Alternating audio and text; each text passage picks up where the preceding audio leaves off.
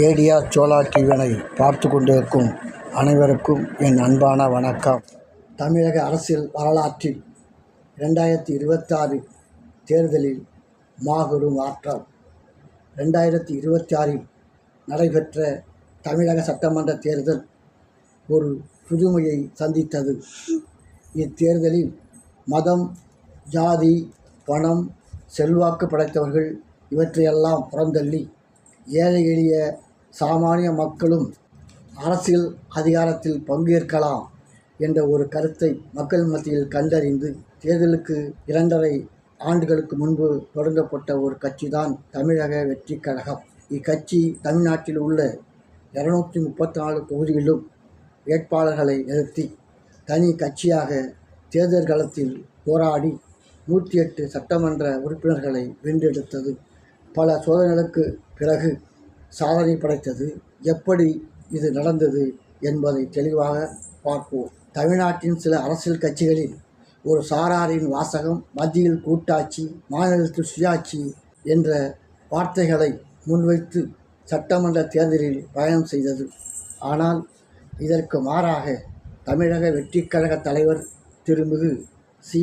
Joseph Vijay அவர்கள் ஆட்சியில் பங்கு, அதிகாரத்தில் பங்கு என்ற வார்த்தையை முன்வைத்தார். அவரது அறிவிப்புக்கு முன்னரே ஆட்சியில் பங்கு, அதிகாரத்தில் பங்கு என்ற முழக்கத்தை செய்து வந்த சில அரசியல் கட்சிகளுக்கு இது நல்ல சந்தர்ப்பத்தை ஏற்படுத்தி கொடுத்தது. எனவே இந்த வாசகத்தை ஆதரித்து இக்கட்சிகள் வெற்றிக்கழக கட்சிக்கு உள்ளூர ஆதரவை கொடுத்து வந்தன. இத்தகைய சூழ்நிலையில்தான் 2026 சட்டமன்ற தேர்தலில் 4 முனை போட்டி ஏற்பட்டது. இத்தேர்தலில் முதலாவதாக திராவிட முன்னேற்ற கழகத்தின் தலைமையிலான கூட்டணி, இரண்டாவதாக அண்ணா திராவிட முன்னேற்ற கழகத்தின் தலைமையிலான கூட்டணி, மூன்றாவதாக தமிழக வெற்றி கழக கட்சி தனித்து போட்டி, நான்காவதாக நாம் தமிழர் கட்சி தனித்து போட்டி என்று 4 முனை போட்டி தேர்தல் களத்தில் ஏற்பட்டது. இந்த களத்தில் அரசியல் கட்சி தலைவர்கள் தாங்களது வாக்குறுதிகளை மக்கள் மத்தியில் அறிவித்து மக்களின் ஆதரவை பெற ஓயாமல் உழைத்தார்கள். 2026 ஏப்ரல் 25ஆம் தேதி அன்று 234 தொகுதி மக்களும் தாங்களுடைய ஜனநாயக கடமையான வாக்கினை செலுத்தினார்கள். 2026 மே 4ஆம் தேதி அன்று தமிழக சட்டமன்ற தேர்வு முடிவுகள் அறிவிக்க காலை 9 மணியிலிருந்து எண்ணிக்கை தொடங்கப்பட்டது. அன்று இரவு முழு முடிவையும் தமிழக தேர்தல் ஆணையம் அறிவித்தது. இதில் தமிழக வெற்றி கழகம் 108 தொகுதிகளிலும், திராவிட முன்னேற்ற கழக தலைமையிலான கூட்டணி 73 தொகுதிகளிலும், அண்ணா திராவிட முன்னேற்ற கழக தலைமையிலான கூட்டணி 53 தொகுதிகளிலும் வெற்றி பெற்றதாகவும், நாம் தமிழர் கட்சி வெற்றி வாய்ப்பை இழந்ததாகவும் தமிழக தேர்தல் ஆணையம் அறிவிப்பை வெளியிட்டது. வெற்றி பெற்ற 233 சட்டமன்ற உறுப்பினர்களுக்கு சான்றிதழ்களை வழங்கப்பட்டன. ஆகவே 234 சட்டமன்ற தொகுதி போட்டியிட்ட எந்த ஒரு கட்சிக்கும் 118 என்ற அரிது பெரும்பான்மை கிடைக்கவில்லை. தொங்கு சட்டமன்றம் என்ற நிலை உருவானது.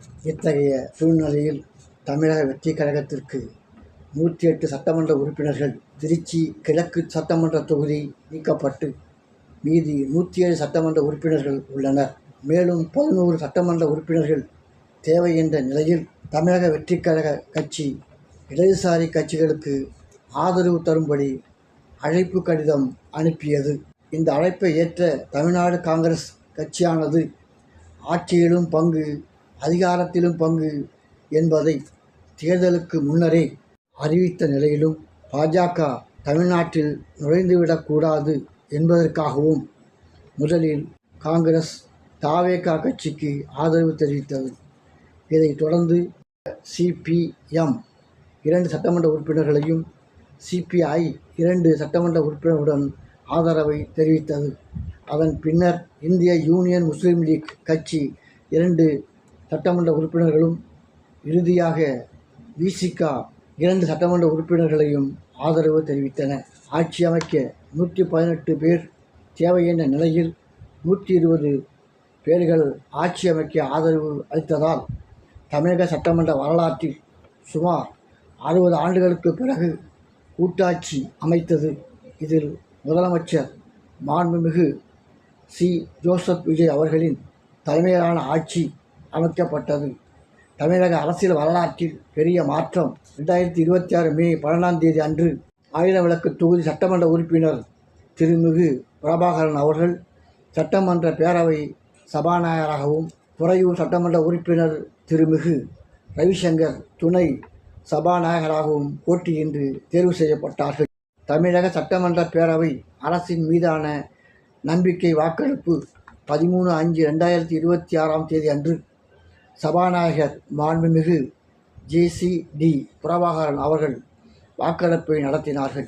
இதில் தமிழக வெற்றி கழகத்திற்கு வாக்கு கிடைத்தது 105 பேரும், காங்கிரஸ் கட்சியில் 5 பேர்களும், விசிகாவில் 2 பேர்களும், சிபிஐ 2 பேர்களும், சிபிஎம் 2 பேர்களும், இந்திய யூனியன் முஸ்லீம் லீக் 2 பேர்களும், அமமுகவில் ஒருவரும், வேலுமணி அதிமுக பிரிவு 25 பேர்களும், மொத்தத்தில் 144 சட்டமன்ற உறுப்பினர்கள் அரசிற்கு ஆதரவாக வாக்களித்தார்கள். அரசிற்கு எதிராக அதிமுக எடப்பாடி பிரிவு 22 பேரும், நடுநிலை வகித்த பாமகவில் 4 பேரும், பாஜகவில் ஒருவரும், மொத்தம் 5 பேர்களும், வாக்கெடுப்பில் கலந்து கொள்ளாமல் வெளிநடப்பு செய்த திராவிட முன்னேற்றக் கழகத்தில் 59 பேர்களும், தேமுதிக ஒருவரும், மொத்தத்தில் 60 பேர்கள் ஆகும். தமிழக வெற்றி கழக அரசிற்கு 144 ஆதரவு அளித்து ஆட்சி அமைக்கப்பட்டது.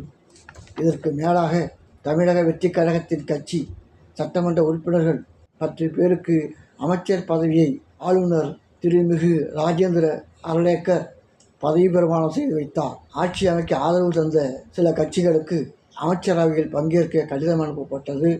அதை ஏற்று சில கட்சிகளுக்கு காங்கிரஸுக்கு 2 அமைச்சர்களும், விசிகாவுக்கு 1 அமைச்சரும், இந்திய யூனியன் முஸ்லீமுக்கு 1 அமைச்சரும், மொத்தம் 35 அமைச்சர்கள் பதவி பிரமாணம் செய்து பொறுப்பேற்றார்கள். இந்த ஆட்சி அமைப்பதில் மற்ற கட்சிகள் ஏற்படுத்திய குழப்பமும் எதிர்க்கட்சிகள் செய்த எதிர்வினை செயல்பாடுகளும் தான் 1 வார காலம் எடுத்துக்கொண்டது. 2026 சட்டமன்ற தேர்தல் சுமார் 60 ஆண்டுகளுக்கு பிறகு கூட்டாட்சி அமைத்து தமிழக அரசியல் வரலாற்றில் மாபெரும் மாற்றத்தை ஏற்படுத்தியது என்பதை நாம் தெரிந்து கொள்ள வேண்டும். தயாரிப்பு ஏ.டி. ராஜேந்திரன். நன்றி. மீண்டும் அடுத்த வீடியோவில் சந்திப்போம். நன்றி, வணக்கம்.